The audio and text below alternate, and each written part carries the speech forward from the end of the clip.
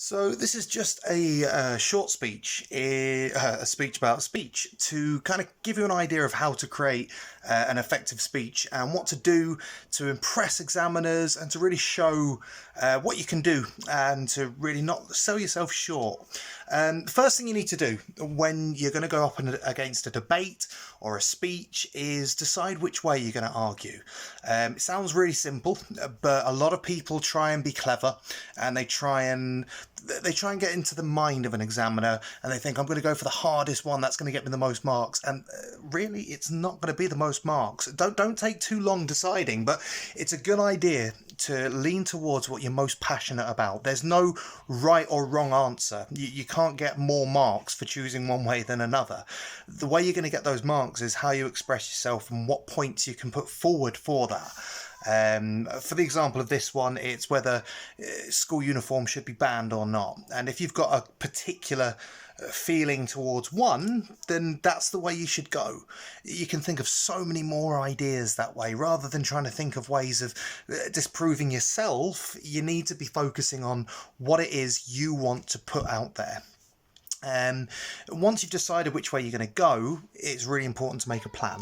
Now, a plan shouldn't take too long. You're not getting marked for this, but this is your place where you can really put pen to paper and come up with a couple of ideas that are it's going to structure your essay and it's going to structure your debate and structure your speech, and kind of give you a guide of which way to go.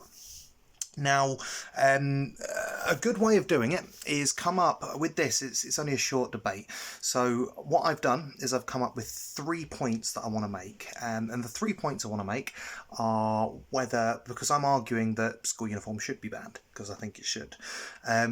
Now, it's important for me. I've said that it's important about comfort. I've also gone on to say that how if you didn't have uniform, you'd have more time. And also mentioning about individuality. So if you could wear your own clothes, you'd be able to show yourself a bit more.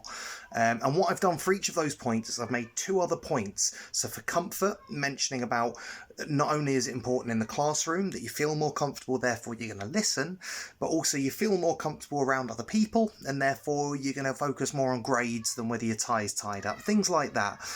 So coming up with those ideas, and the longer the essay, the more points you can make and the more you can structure it that way.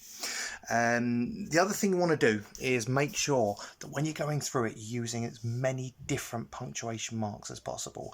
Commas, full stops, speech marks. Make a list of them in your plan. So put your brackets, put your commas, put your full stops, put your exclamation mark, your question mark, your apostrophe, speech marks. And every time you use one, cross it off. Because then when you've gone through it, if you haven't used them all, you can go back and fit them in. And that's how you're going to get your big marks. Very similarly, when I say looking back, it's so important to proofread. When you're finished, go back and reread it. I mean, even the best people make mistakes. And that's why people fail on marks, because they can't be bothered to go back and read it. It takes 5 minutes. Read it. If you've made a mistake, correct it. You're going to make that mark back up. But also, you can see where the commas should go. Does a sentence sound too long? Put a comma in it if you think it's necessary. But also the words you're using.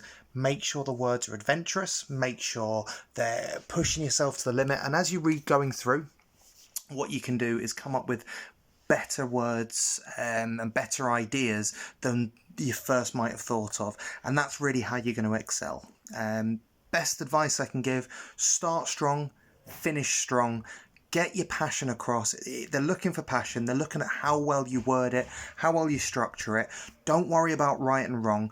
Consider the other argument. Make sure you mention the other side of it, that you understand that there is this argument, but then put in every point that you can to prove why you believe your argument to be right. If you do that, you're on the way to getting great marks.